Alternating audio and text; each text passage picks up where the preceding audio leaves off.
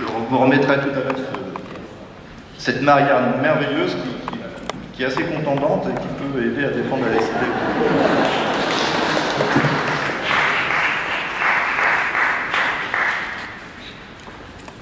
Alors voilà, il me laisse en plan comme ça, donc il y a beaucoup d'émotions. Monsieur le représentant de la mairie, donc, puisque Anne est partie, mais donc bien sûr, normalement mes propos s'adressaient d'abord à elle. Monsieur le président du jury, mesdames, messieurs les membres du jury, mesdames, messieurs les élus, et j'ai envie de dire chers amis, parce que je ne voudrais pas non plus énumérer les personnes et en oublier. Et Patrick Kessel, je crois, a eu une longue énumération, et donc c'est parfait.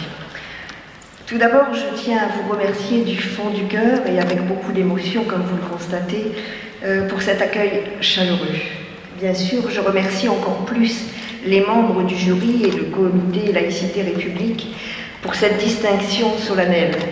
Ce prix Laïcité 2012 honore mon action en tant que parlementaire, et j'y suis également très sensible en tant que citoyenne et femme politique engagée au Parti radical de gauche. Et oui, j'ai des convictions.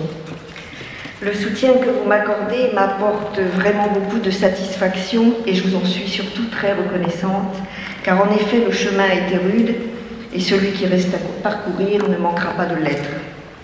Avant d'évoquer la bataille que j'ai menée en faveur de l'extension de l'obligation de neutralité au secteur de l'accueil de la petite enfance, je veux associer à ce prix, pour leur expertise et pour leur soutien, mes fidèles amis de l'association Égale, Égalité, Laïcité Europe. Sans l'appui constant de ces passionnés, j'aurais pu me laisser gagner par le découragement à certaines étapes de cette aventure, ou peut-être moi aussi j'aurais dit « ce n'est pas le moment ».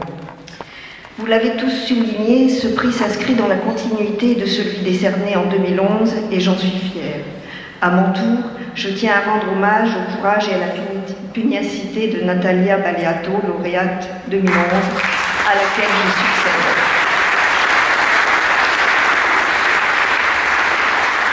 Son combat continue encore aujourd'hui sur le plan du droit, mais aussi sur le plan administratif, alors que la crèche Babylou a fêté son 20e anniversaire. Par son engagement, elle œuvre pour faire vivre au quotidien ce beau principe de laïcité que nous honorons pour la 7e édition de ce prix éponyme. Si je me trouve devant vous aujourd'hui, c'est d'abord en tant qu'auteur d'une proposition de loi dont l'objet est d'apporter une réponse législative aux problèmes complexes auxquels était confrontée justement l'équipe de la crèche Babylou. Celui d'un vide juridique concernant la définition des conditions de garde des enfants les plus jeunes. Comment transcrire dans le droit des solutions aux problématiques d'intérêt général qui se posent sur le terrain? C'est précisément ce que j'ai cherché à faire en concevant ce texte comme un outil facilitant un vivre ensemble apaisé dans le respect de la diversité de chacun. À ce stade de mon intervention, je tiens à évoquer les raisons qui ont motivé mon initiative. Après 30 années comme professeure des écoles, puis directrice d'école maternelle au sein de l'Éducation nationale, ma carrière professionnelle m'a rendue tout particulièrement sensible aux questions relatives à la jeunesse et au service public.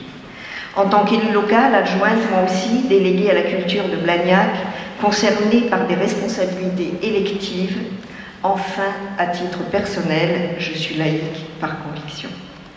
Lorsque j'ai pris connaissance des difficultés de la crèche Babylou, j'ai pris conscience que de nombreuses problématiques s'expliquaient par l'absence des règles communes concernant les conditions d'accueil des plus jeunes avant leur scolarisation.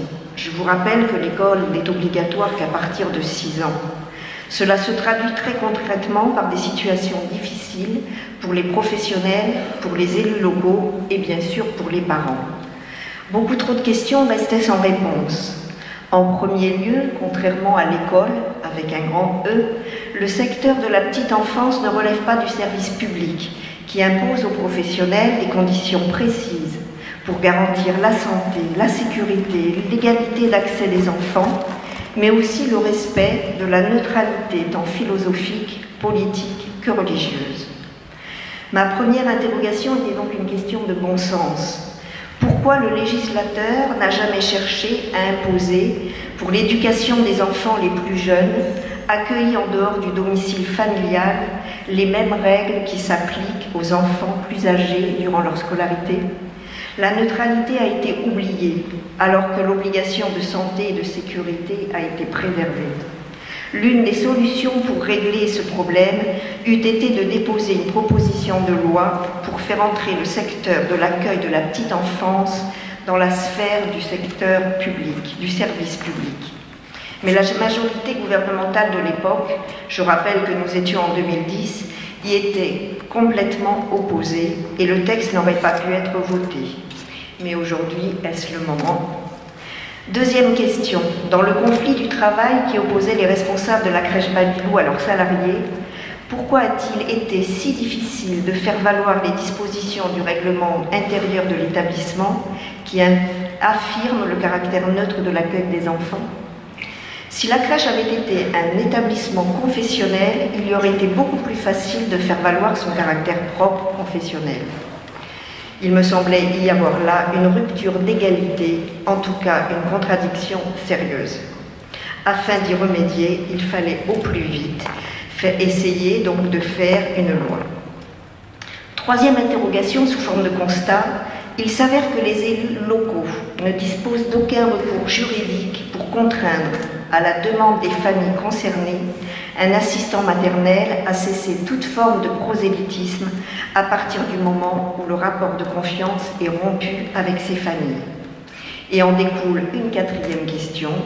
En cas de difficulté, pourquoi les familles qui le souhaitent ne pourraient-elles pas faire valoir le droit des parents au choix de l'éducation de leurs enfants pour leur garantir un accueil en toute neutralité? Pendant de longs mois, j'ai consulté et réfléchi à une solution législative satisfaisante et qui serait susceptible d'être adoptée devant le Parlement. J'ai choisi donc de déposer une proposition de loi au Sénat et je remercie tous mes collègues sénateurs membres de mon groupe, du RDSE, le Rassemblement démocratique et social européen, de m'avoir apporté leur soutien pour la conduite de cette initiative. Ce texte propose d'introduire une obligation de neutralité dans les conditions de délivrance de l'agrément décerné aux professionnels par le Conseil général. Il concerne, sans toutefois le préciser, aussi bien l'établissement d'accueil collectif agréé que l'assistant maternel accueillant les enfants à son domicile. Ma principale motivation était de mettre en place une base juridique sur laquelle les familles, les élus et les employeurs puissent s'appuyer pour sortir de situations conflictuelles. Nullement de s'immiscer dans des situations où tout se passe bien, mais plutôt de rendre possible un recours juridique en cas de rupture de confiance. Les détracteurs de ma proposition de loi m'ont opposé le principe de la liberté individuelle, en particulier pour ce qui concerne l'accueil des enfants au domicile des assistants maternels. Mais je voudrais leur répondre que l'extension de la sphère publique à la sphère privée existe déjà bel et bien, et j'en ai trouvé une illustration dans l'interdiction de fumer. Et oui. Ainsi, le décret qui fixe les conditions d'application de l'interdiction de fumer dans les lieux affectés à un usage collectif étend l'interdiction à tous les lieux fermés et ou couverts qui accueillent du public ou qui constituent des lieux de travail.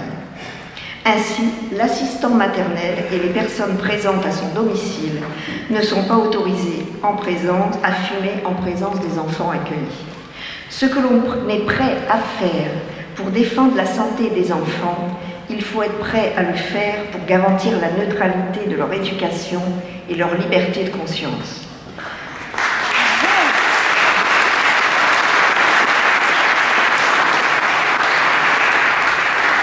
Le texte de ma proposition de loi a été considérablement remanié par la commission des lois du Sénat et son rapporteur. Et c'est normal. C'est pourquoi je tiens à rappeler que le texte original ne mentionnait pas les établissements religieux dits confessionnels, considérant que ces derniers ne doivent pas bénéficier de fonds publics. J'estimais qu'ils n'étaient pas concernés par ma proposition de loi. Certes, ces établissements ont toute liberté dans l'affirmation de leur religion, mais le rapporteur a jugé plus prudent de préciser explicitement cela et je me suis rendue à ces arguments. Même si pour ma part, je reste opposée à tout versement de financement public à des établissements religieux.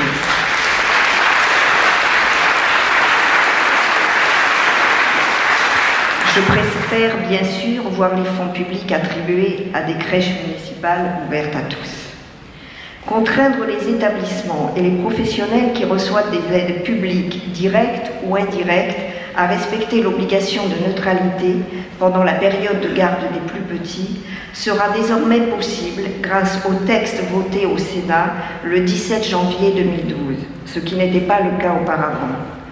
Pour entrer en vigueur, il doit désormais passer l'épreuve de l'Assemblée nationale, être inscrit à l'ordre du jour des débats et bien sûr être adopté en séance avant de pouvoir être promulgué. Mais je pense que ce prix de la laïcité me permettra de remonter au créneau et de demander à mes collègues députés de ne pas laisser cette proposition de loi dans un tiroir.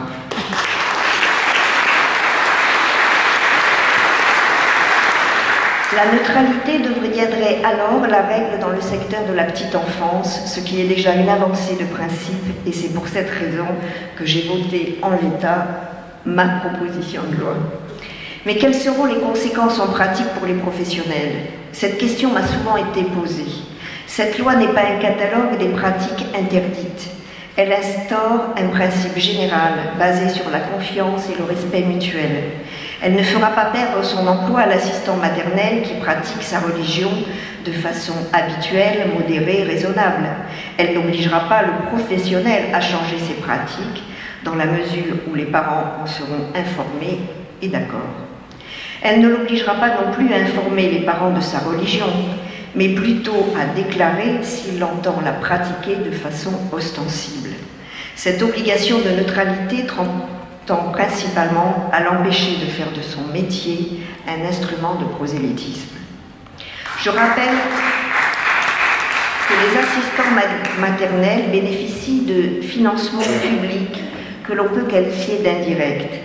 Leur statut ouvre droit, par exemple, à une réduction d'impôts pour les parents ou à la prise en charge par la CAF de cotisations sociales et patronales ou encore à une prime à l'installation de 300 à 500 €, peu importe. Dans ce contexte, la préoccupation qui est la mienne d'instaurer l'obligation de neutralité me semble d'autant plus légitime puisqu'il y a de l'argent public. J'évoquerai très rapidement pour finir le chapitre des polémiques soulevées par mon initiative. De nombreux messages mensongers ont été diffusés, notamment par mail, méconnaissant complètement mon texte de loi et visant à instrumentaliser et à manipuler des professionnels de bonne volonté qui font parfaitement leur travail dans le plus strict respect des familles. Heureusement, la grande majorité d'entre eux, quelle que soit leur confession, ne se sont pas laissés enfermer dans ce piège. Je ne devrais pas avoir à le préciser, mais comme on dit familièrement, cela va mieux en le disant. Mon texte de loi ne tend pas à stigmatiser aucune communauté. Il n'est ni islamophobe, ni antisémite, ni christianophobe. Il traite sur un pied d'égalité toutes les sensibilités, s'appuyant sur le droit des parents au choix de l'éducation de leurs enfants. Il reconnaît la liberté et le droit d'être laïque, au même droit et de façon proportionnelle au droit de pratiquer une religion. Il n'altère donc pas la liberté religieuse. La laïcité est un principe constitutionnel d'organisation de notre République et de notre société. Elle n'est ni revancharde ni négociable.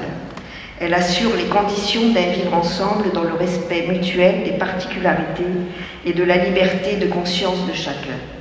Vous l'avez compris, si c'était à refaire, je le referais, car mon mandat de parlementaire me donne des responsabilités, celle de contribuer à faire les lois, et je les assume en parfaite cohérence avec les valeurs laïques que je tiens à faire vivre, celles du parti radical de gauche. Même si ce n'est pas facile, qu'il faut expliquer et expliquer encore, nous devons réinvestir le champ laïque pour lui redonner tout son sens de génération en génération. La période que nous traversons, j'en suis convaincue, nous obligera à livrer de grandes batailles symboliques pour défendre notre modèle républicain et ses principes fondateurs. La laïcité, la liberté d'expression et la liberté de conscience. Notre combativité laïque sera souvent mise à rude épreuve et de nouveaux débats nous attendent dans les mois qui viennent, comme la morale laïque à l'école, la question de la Constitution ou encore celle du Concordat. Autant d'occasions pour chacun d'entre nous de promouvoir notre idéal laïque et de le faire vivre. Aujourd'hui, il est fondamental de faire passer ce message et je continuerai à le faire à chaque occasion. Aussi, j'espère vraiment que ma proposition de loi arrivera à l'Assemblée nationale. Je vous remercie.